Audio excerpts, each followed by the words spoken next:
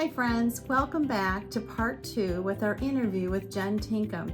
Today we're going to talk about some ideas of how to tear down the walls of perfectionism and extend hospitality. Stay tuned. So Jen, when we were talking to you about this interview, you mentioned wanting others to embrace this idea of what you have is enough. Yeah. Can you tell us more about that? Yeah, I feel like there's a misconception that hospitality has to be highly planned and has to have this look of perfection, and it's the big event. I think that can be beautiful and wonderful if someone's put that time and effort into it, but I don't think it's necessarily practical on an ongoing basis for most people. And I just think there's so much value in people getting together and connecting with each other. I think we need to remove those barriers of perfection. So and I think that can look different in different areas of life.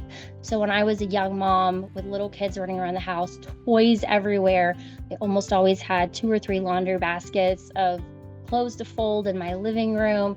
I think some of the things that got me by during those years was still inviting my neighbor moms in, and we could have conversation and our kids could play, even though my house was a disaster. So recognizing that my home may not have been tidy, but I still had a home and I could invite them into my home and we could still enjoy that relationship with each other.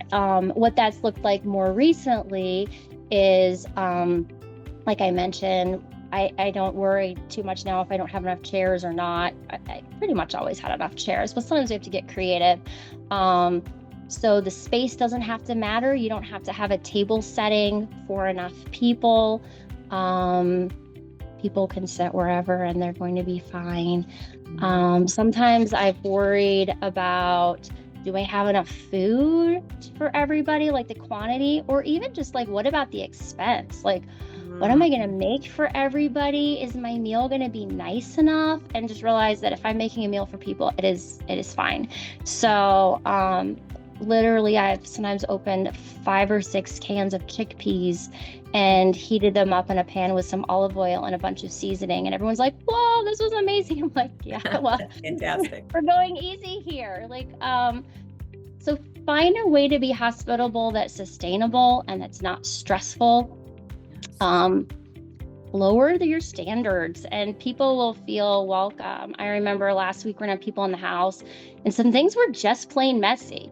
And I told Russ, my husband, I said, when people get here, I'm not going to apologize that my house is messy, because if I apologize that my house is messy, that sets the tone that that's the expectation and they should feel bad if their house is messy.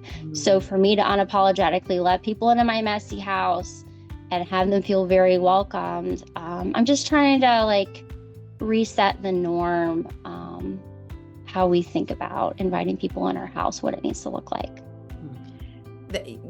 You're making me think of a conversation that we had with a woman who had attended one of our dinner gatherings, and she had mentioned that she was a little nervous about inviting women into her home because she loves to create a beautiful tablescape and she loves to do things very lovely, and her heart is she does that because she wants to just honor Jesus through what she's doing. But on the flip side, she gets concerned that perhaps she's communicating to these other women, oh, I have to do it this way in order for it to be presentable or acceptable. And that kind of leads right into our next question, which is, what do you think it is that causes us to stop, to not step into extending hospitality to other people? What do you think are the hang-ups that maybe you've struggled with yourself? Yeah, I think that just fear gets in the way, that this standard is so high and that I can't meet it, or thinking about how somebody else did it a certain way and they were really awesome at it, and I can't do it that way.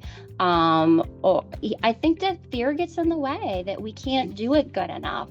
So I think it's important to recognize that we can do it differently. So like your friend does that beautifully, and maybe she can express to her guests, that this is her love, and that, not everybody does it this way, but she loves doing this, so maybe she expresses that and it can still be a gift and a joy to them. And then for me to do it my way, and other people are going to do it their way.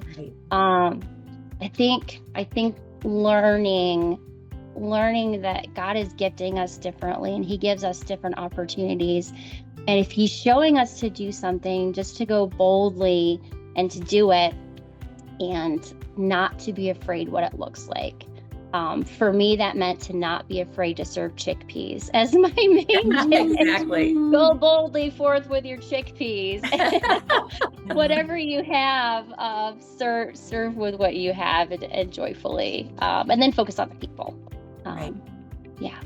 So you mentioned it a little bit, Jen, but I guess even honing in more on what would be your specific encouragement then to people that really struggle with comparison and extending that hospitality? Because I think you can almost have it on both sides, right? I mean, I think that's absolutely. Yes. I think the tendency is always to have the focus on ourselves. Like, am I good enough? How is my house? Do I even know how to cook? What would I even do if somebody came? I think when we're focusing on ourselves, we're going to get hung up on things. I think if we're focusing on the other person, how can I make them feel welcome? How can I be a good listener? How can I ask them good questions? How can I really make them feel cared for and connected? I think that's what's going to really make a difference. I think that's what makes someone who is really hospitable. Yeah, that's a good word. That's good. Friends, our Hearts of the Sublime Soiree is to encourage each one of us to use our specific gifts that God has given us and opportunities. And we have a new book that came out June 10th called The Sublime Soiree, God's Invitation to the Party of Your Life. And in that book, we offer some great one-on-one ideas, some group ideas, and just ways to continue to pass the plate of invitation. You can find our book on Amazon, Barnes & Noble, and if you know of a church or a group who would like to know more about God's hospitality, we love to come and speak to events and organizations and churches. So just drop us a message at thesublimesoiree.org. Jennifer, I love that you mentioned that sometimes your gatherings have been people who don't know Jesus personally. And we know that sometimes when we're sharing videos like this, there may be people out there watching who are like, what are you talking about? Believers, followers, what is all of that? And friends, we want you to know who Jesus is. We want you to know what his invitations are. And so we have a little space on our website that you can go visit. You can visit thesublimesoiree.org, and you'll see a tab up at the top that says Soiree Secrets. Click on that, and then click on that very first tab and read all the way to the end, and it'll even take you to another page. And we just encourage you, read those words, read those invitations, and see who this Jesus is, because I'll tell you, he's known you since the beginning of time. He loves you eternally and deeply, and he wants you to have a seat at his glorious table. So we encourage you to check that out.